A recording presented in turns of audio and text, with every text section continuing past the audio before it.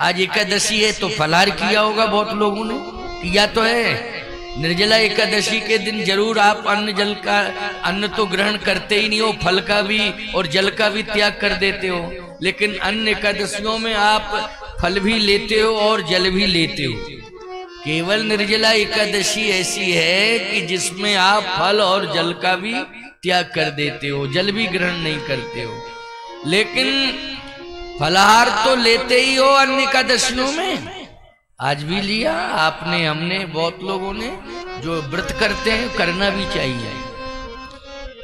एक बात आपको बतावें, एकादशी को भगवान ने वरदान दिया है।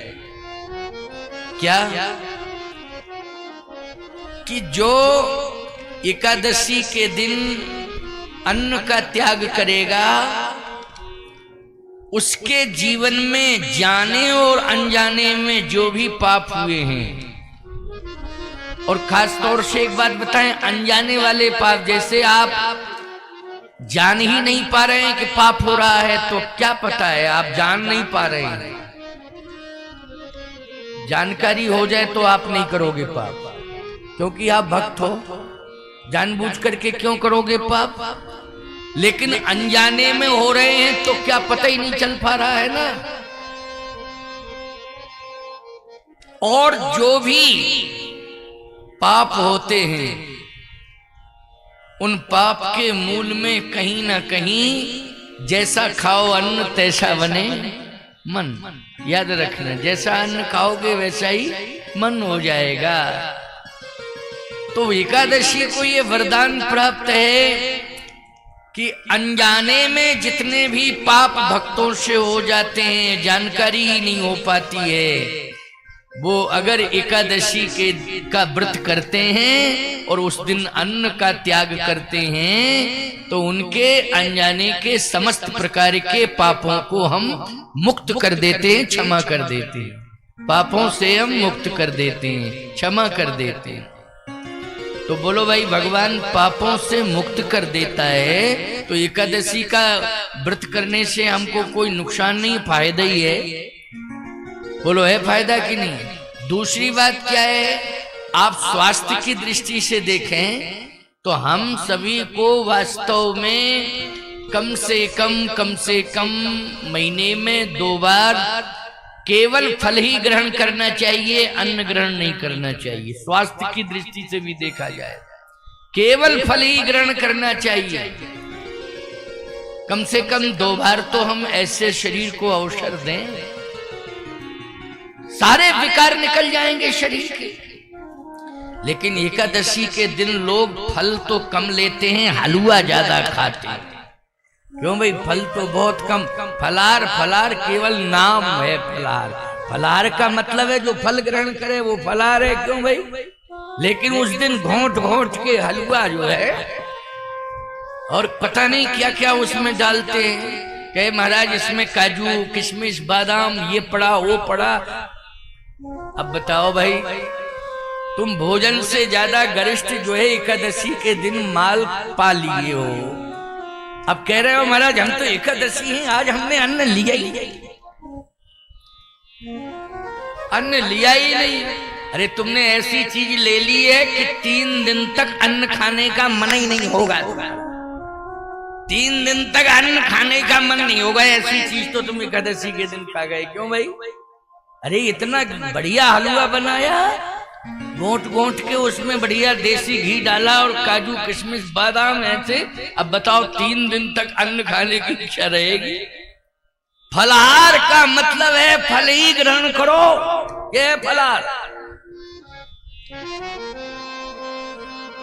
फल से अच्छी भगवान राम ने तो 14 साल तक फल ग्रहण किए। अरे एकादशी की बात छोड़ो और व्रतों की बात छोड़ो, 14 साल तक बोलो क्या ग्रहण किया है? केवल कंद मूल फल ही पाए हैं। आप कहो महाराज मिले ही नहीं हुआ, मिले कैसे नहीं? श्रृंगबेरपुर के राजा ने तो 56 प्रकार के व्यंजन बनवा के तैयार कर दिए थे। भगवान राम जब पहुंचे तो श्रृंगबेरपुर का राजा निषाद, उसने 56 प्रकार के व्यंजन बनवाए। भगवान ने कहा नहीं नहीं नहीं नहीं, प्रकृति प्रदत्त जो भी कंदमूल फल मुझे मिलेगा इस अरण्य अभ्यारण्य में, उन्हीं को मैं ग्रहण करूंगा। 14 वर्ष तक का ये संकल्प है मेरा, ना तो किसी नगर में प्रवेश करूंगा और ना ही मैं अन्न ग्रहण करूंगा, कोई भी बना हुआ पदार्थ में ग्रहण नहीं करूंगा। प्रकृति प्रदत्त जो फल कंद मुझे मिल जाएंगे उन्हीं को मैं ग्रहण करूंगा। देखो भैया, कंद भी बनाया जाता है। कंद को आप लेते हो ना, कंद मानी जैसे सकल कंद तो वायल करते हो, उसका भी हलवा बनाते हो। बहुत बढ़िया शकल कंद समझते हो ना, राजस्थान में क्या कहते हैं उसको? शकलकंद कहते हैं। हाँ तो भाई बता दिया करो थोड़ा। नहीं हम शकलकंद कहें, तुम कहो महाराज कौन सा कंद कह रहे, कौन ये शकलकंद मानी सकल सूरत वाला कंद है क्या? शकलकंद एक कंद होता है, जमीन में फलार में आता है, उसको लोग व्यंजन के रूप में बना लेते हैं। हलवा, आलू बंडा, क्या क्या बनाते हैं उसका। एक तो आलू बंडा बना दिया है शकलकंद का। मैंने कहा कैसे बनाया? बोले महाराज मैंने सिंगाड़े के आटा में शकलकंद डाल दिया और उसमें फलारी रामरस छोड़ दिया, आलू बंडा फलारी आलू बंडा टाइप का बन गया। आलू का तात्पर्य है आलू होता है, वो भी एक कंद ही है। कंद, आलू कंद में नहीं आता, आलू कंद में ही आता है ना। आलू कंद में ही आता, आलू नाम आलू है उसका, लेकिन है वो कंद। सकल कंद, आलू भी कंद। एक और होता है जिमी कंद, चित्रकूट क्षेत्र में बहुत है, जंगल में वो। लेकिन सावधान, हमें एकादशी के दिन, देखो भाई हमारी बात मानो तो अलग बात है, तुम लोगों को जैसा दिखाई दे वैसा करो। एकादशी के दिन हमें कोई भी व्यंजन बनाना नहीं चाहिए, बल्कि प्रकृति प्रदत्त जो भी फलहार मिल जाए बस उसको ग्रहण करना चाहिए। उसमें फल ही आते हैं। क्या आते हैं? फल ही आते हैं। हम व्यंजन बनाते हैं, इसका मतलब है हम स्वाद पर ध्यान दे रहे हैं। हम बिना स्वाद के रह नहीं सकते। तो फलों में क्या कम स्वाद है? बोलो भाई, फलों में क्या कम स्वाद है? कितने प्रकार के फल हैं? विभिन्न प्रकार के फल हैं, लेकिन कहने के लिए है फलाहार, बाकी है पूरा आहार। क्यों भाई? बनाया जाने कितने प्रकार का पकवान बना लिया। सावधानी से सुनना, 14 साल तक भगवती श्री जानकी जी ने इतना बड़ा अनुष्ठान कौन कर सकता है? महाराज मनु ने भी करें आहार साक फल कंदा, सुमरहि ब्रह्म सच्चिदा नंदा। करें आहार साक फल कंदा, उन्होंने भी नैमिषारण्य में केवल कंदमूल फल ग्रहण किए। बहुत बड़ा तप किया महाराज मनु ने, तब राम जी मिले। राम जी ने स्वयं, सीता जी ने और लक्ष्मण जी ने तो इतना बड़ा व्रत किया है कि कोई कर नहीं सकता। 14 साल तक फल की कौन कहे, जल ही ग्रहण नहीं किया।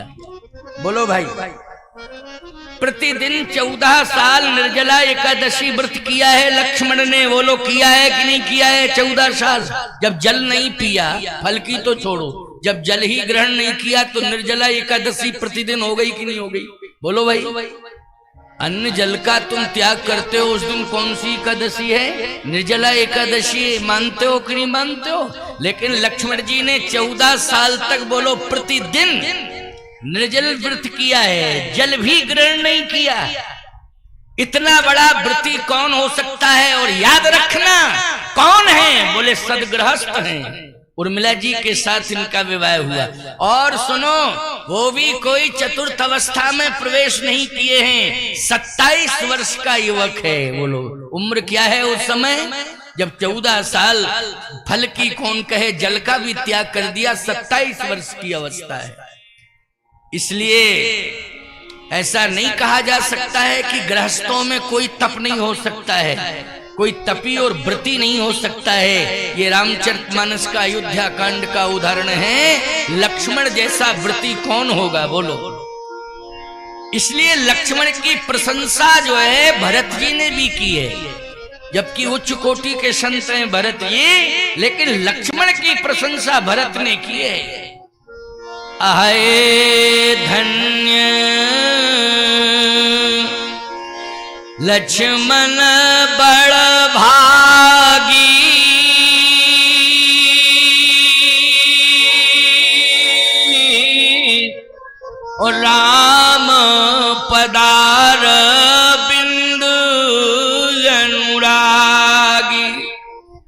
जीवन लाभ लखन भल पावा,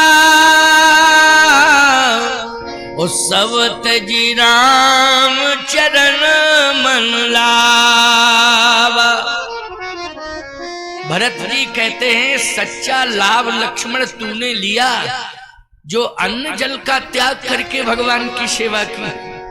बोलो, तूने केवल परिवार को ही नहीं त्यागा। देखो, परिवार को त्यागना सरल है, लेकिन अन्न जल को त्यागना जल्दी। बोलो, और जिसमें जल त्यागना तो बहुत ही कठिन है, बहुत ही कठिन है। बोलो भाई, जल त्यागना कठिन है कि नहीं?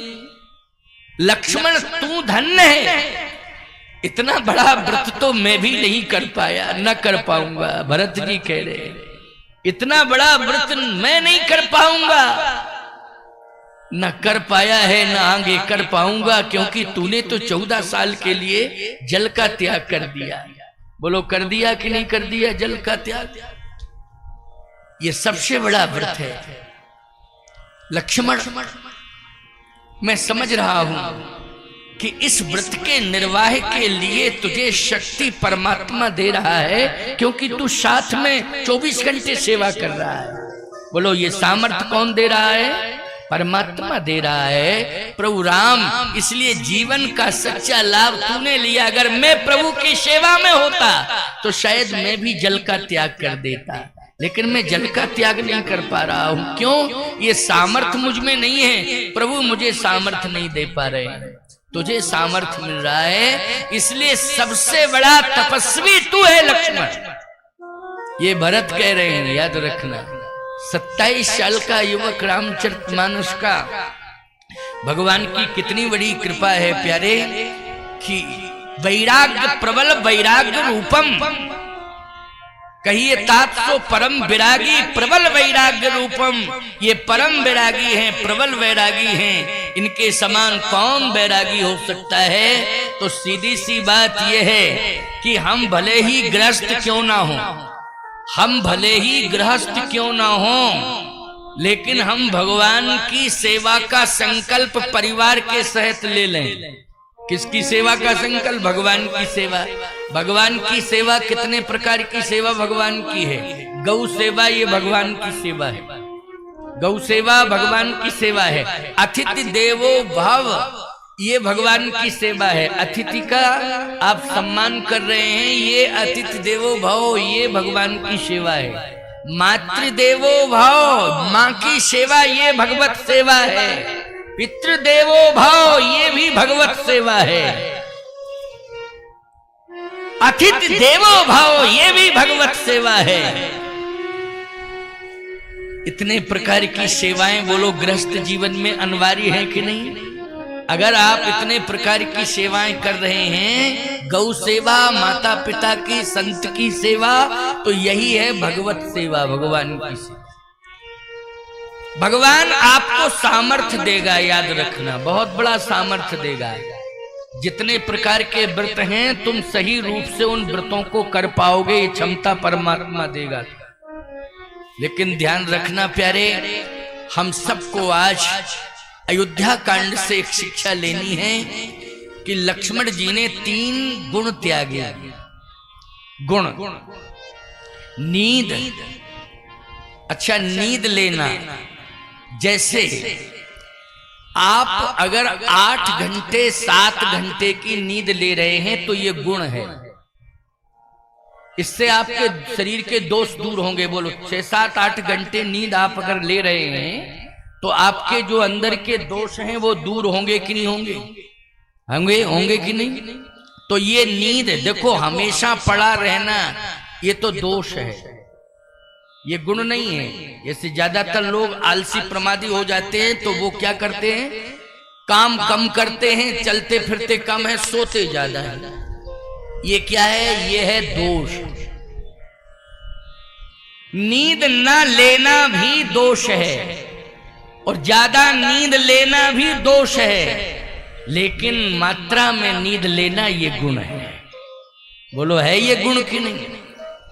लेकिन लक्ष्मण जी ने 14 साल नींद ही नहीं ली, 14 साल नींद ही नहीं ली लक्ष्मण।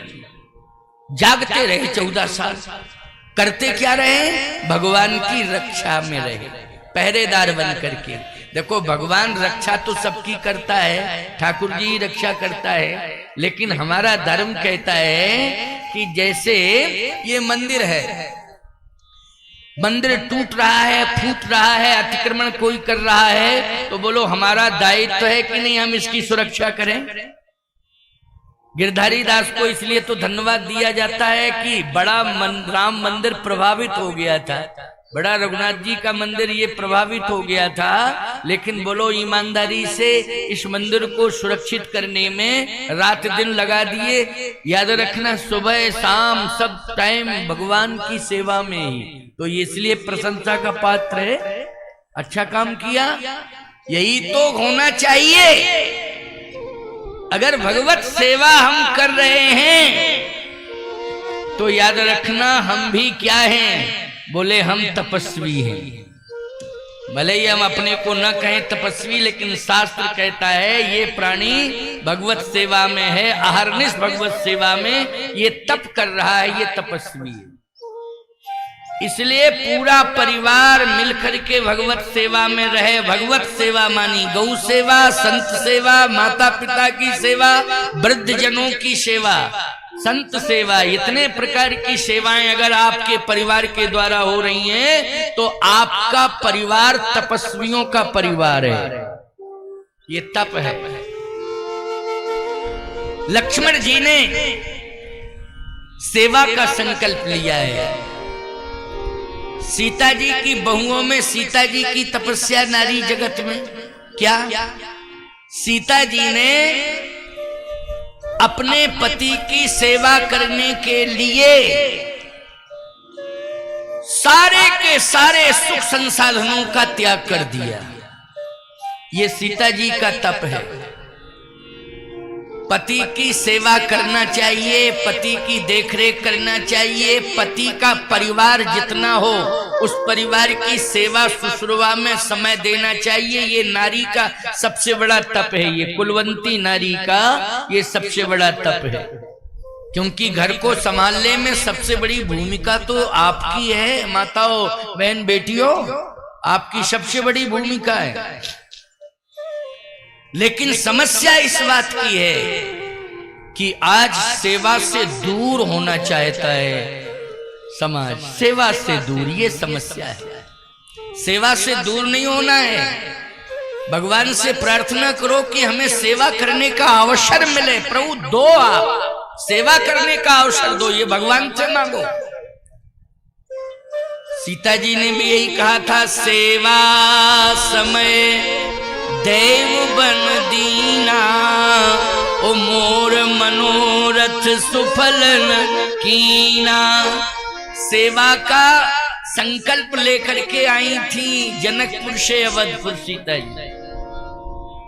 उनकी माता सुनैना ने सेवा का ही संकल्प दिलाया था। ये सेवा का संकल्प प्रत्येक माँ को देना चाहिए। बेटी को विदा करो तो सेवा का संकल्प दो। सास ससुर गुरु सेवा करहु, ओ पति रुख लखियायुष अनुसर हुई हो संतति पियहि प्यारी,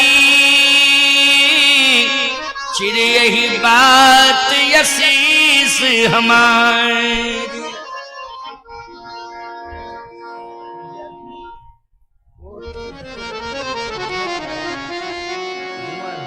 धुआं संभालो। हाँ, ये धुआं क्या है? गले में जाता है तो दिक्कत देता है, क्योंकि दीपक जो है बुझ गया तो धुआं देता है। हुई हो संतत पियहि प्यारी, ओ चिर यही बात आशीष हमारी।